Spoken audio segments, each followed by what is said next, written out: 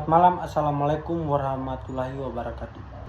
Pertama-tama marilah kita panjatkan puji syukur kehadirat Tuhan Yang Maha Esa atas nikmat yang Dia anugerahkan kepada kita sehingga masih diberikan kenikmatan berupa kesehatan jasmani dan rohani, sehingga kita masih diberikan napas kehidupan pada detik saat ini. Sebelumnya izinkan saya untuk memperkenalkan diri saya. Perkenalkan, nama saya Paulus Anselmus Kopengola, NIM 2024210055. Di sini saya ingin menjelaskan sedikit materi apa yang saya ketahui dan apa yang saya pelajari tentang pemimpin dan kepemimpinan. Jadi langsung saja, kenapa penting sekali kita belajar tentang pimpinan dan kepemimpinan? Yang pertama itu mengarahkan tujuan bersama. Mengarahkan tujuan bersama itu misalnya seseorang pemimpin berperan dalam memberikan arahan agar kelompok atau organisasi bisa mencapai tujuan secara efektif. Yang kedua, membangun kerjasama tim. Itu misalnya pemimpin yang baik mampu menciptakan suasana kerja saling yang harmonis, saling menghargai dan saling membantu. Dan yang ketiga itu meningkatkan disiplin dan tanggung jawab. Misalnya seseorang pemimpin memberi contoh yang baik sehingga anggota menjadi lebih disiplin dan bertanggung jawab kepada tugasnya. Yang berikut itu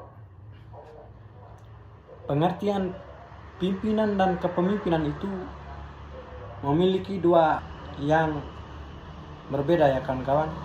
Pimpinan dan kepemimpinan itu tidak sama.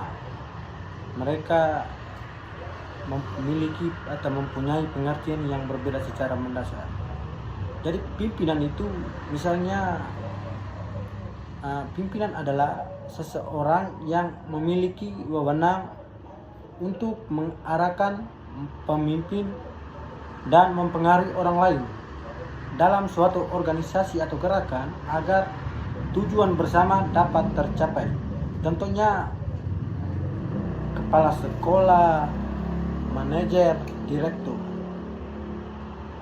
Dan yang kedua itu kepemimpinan atau disebut dengan leadership. Kepemimpinan adalah proses mempengaruhi dan mengarahkan orang lain untuk mencapai tujuan. Kepemimpinan bukan hanya soal jabatan tetapi juga kemampuan menginspirasi dan membimbing orang.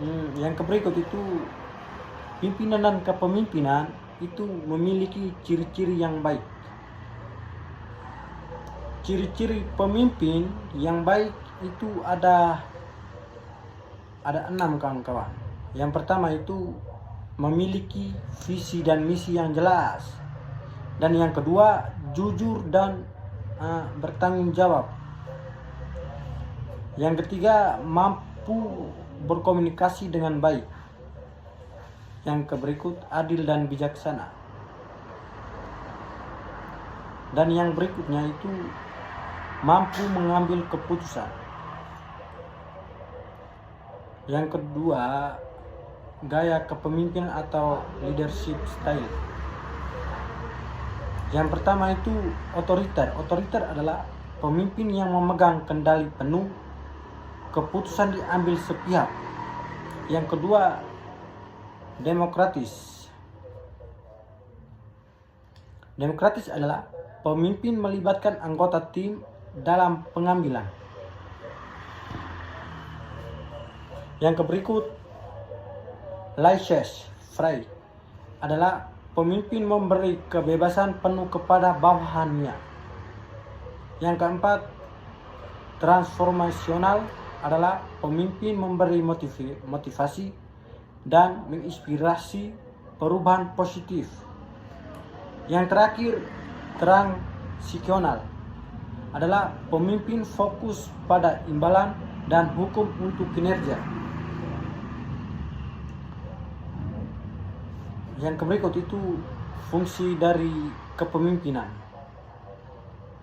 Itu ada 5, kawan-kawan. Yang pertama, menentukan arah dan tujuan organisasi. Yang kedua, mengorganisasi dan mengarahkan kegiatan. Yang berikut, mengkoordinasikan dan memotivasi anggota. Yang berikut, mengambil keputusan yang tepat.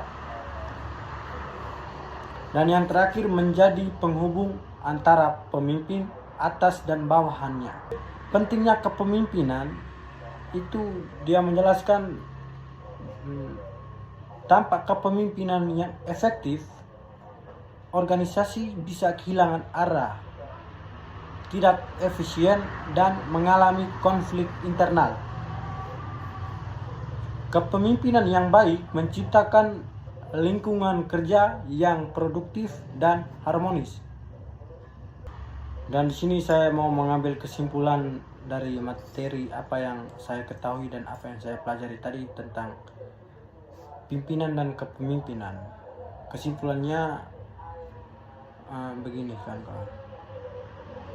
Kepemimpinan adalah kemampuan seseorang untuk mempengaruhi, membimbing, dan mengarahkan orang lain dalam mencapai tujuan bersama. Misalnya, seseorang pemimpin tidak hanya ditentukan oleh jabatannya, tetapi juga oleh karakter, visi, dan kemampuannya dalam mengambil keputusan serta memotivasi tim. Kepemimpinan yang efektif sangat penting dalam setiap organisasi karena menentukan arah, menciptakan kerjasama, dan menjaga semangat tim. Gaya kepemimpinan bisa saja berbeda-beda kapanpun. Namun yang paling penting adalah kesesuaian antara gaya tersebut dengan situasi dan kondisi dan kebutuhan organisasi kelompok. Pemimpin dan kepemimpinan sangat penting dalam kehidupan karena berperan dalam mengarahkan, membimbing, dan mempengaruhi orang lain untuk mencapai tujuan bersama. Kepemimpinan yang baik tanda dengan tanggung jawab, kemampuan mengambil keputusan, dan memberi teladan. Orang bisa saja menjadi pemimpin minimal bagi dirinya sendiri, sehingga belajar kepemimpinan penting untuk membentuk pribadi yang mandiri, disiplin, dan mampu membawa perubahan positif. Belajar tentang pimpinan dan kepemimpinan bukan hanya untuk mereka yang ingin jadi bos, tapi juga setiap orang yang ingin berkontribusi lebih baik dalam hidupnya dan kehidupan orang lain. Pemimpin yang baik dapat mengubah situasi sulit menjadi peluang dan membawa kebaikan bagi orang lain.